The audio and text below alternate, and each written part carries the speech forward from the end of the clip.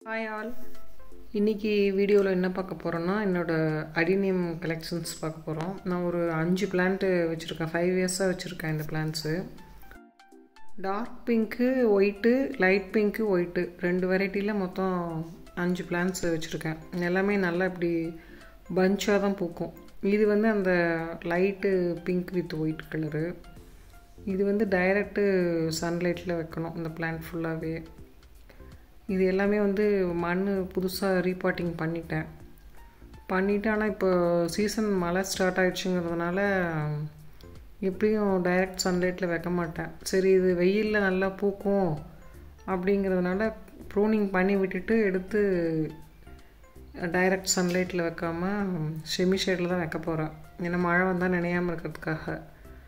அதனால் நான் இப்போ எல்லாமே ட்ரிம் பண்ணிகிட்ருக்கேன். அந்த கோடக்ஸ் ஏரியா விட்டுட்டு மீதியெல்லாம் கட் பண்ணிட்டேன். இப்போது நம்ம கட் பண்ணும்போது அது அடுத்தடுத்த பிரான்ச்சஸ் நிறையா வரும். பூ நிறையா மொட்டு வச்சு நிறையா பூ பூக்கும். ஒரு பிளான்ட் மட்டும் ஒரு வீக்காக இருக்கிற மாதிரி இருக்குது. அது எப்படி இருக்குன்னு பார்க்கணும் இனிமேல் தான். மீதி 4 பிளான்ட்டுமே நல்லாவே பூ வைக்கும். இது கட் பண்ணி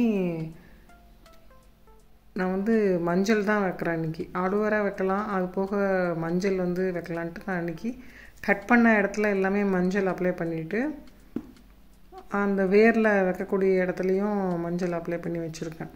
நான் ஒரு பிளான்ட் ஆல்ரெடி ட்ரிம் பண்ணிட்டேன்.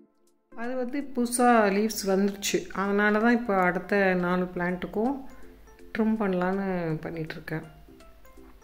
இதுக்கு பாட்டிங் மிக்ஸ் நான் என்ன கொடுத்துருக்கேன்னா மணல் மெயினாக கொடுத்துருக்கேன். மணல் ஒரு 50%, மாட்டு சாணம் ஒரு 20% எடுத்திருக்கேன். அது போக பழைய மண், இந்த பாட்டுக்கு ஆல்ரெடி வச்சுருந்த மண், அதுக்கப்புறம் வெர்மி கம்போஸ்ட்டு, இது எல்லாமே கலந்து தான் நான் போட்டிருக்கேன். இந்த அடினியம் பிளான்ட் பொறுத்த வரைக்கும் டைரக்ட் சன்லைட்டில் தான் வைக்கணும். கார்டன் சாயில் போடக்கூடாது. தண்ணி மெயினாக நிறையா ஊற்றக்கூடாது.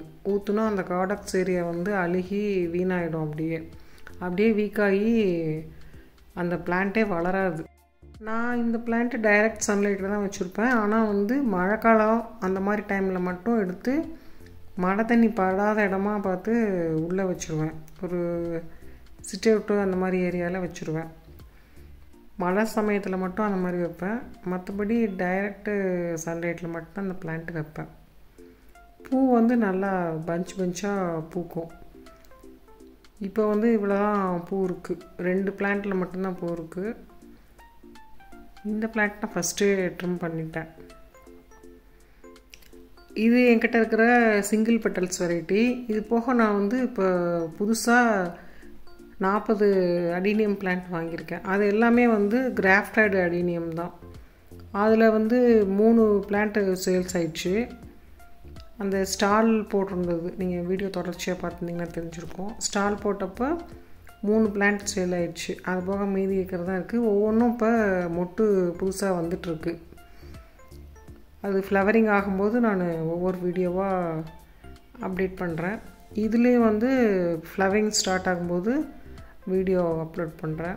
அடினியம் பொறுத்தவரை பூ எப்போவுமே இருக்கும். பூத்துருச்சு அப்படின்னா எப்போவுமே இருக்கும். Low maintenance plant. தண்ணி கம்மியாக விட்டால் போதும். டைரக்ட் சன்லைட்டில் வைக்கணும். தேங்க்ஸ் ஃபார் வாட்சிங்.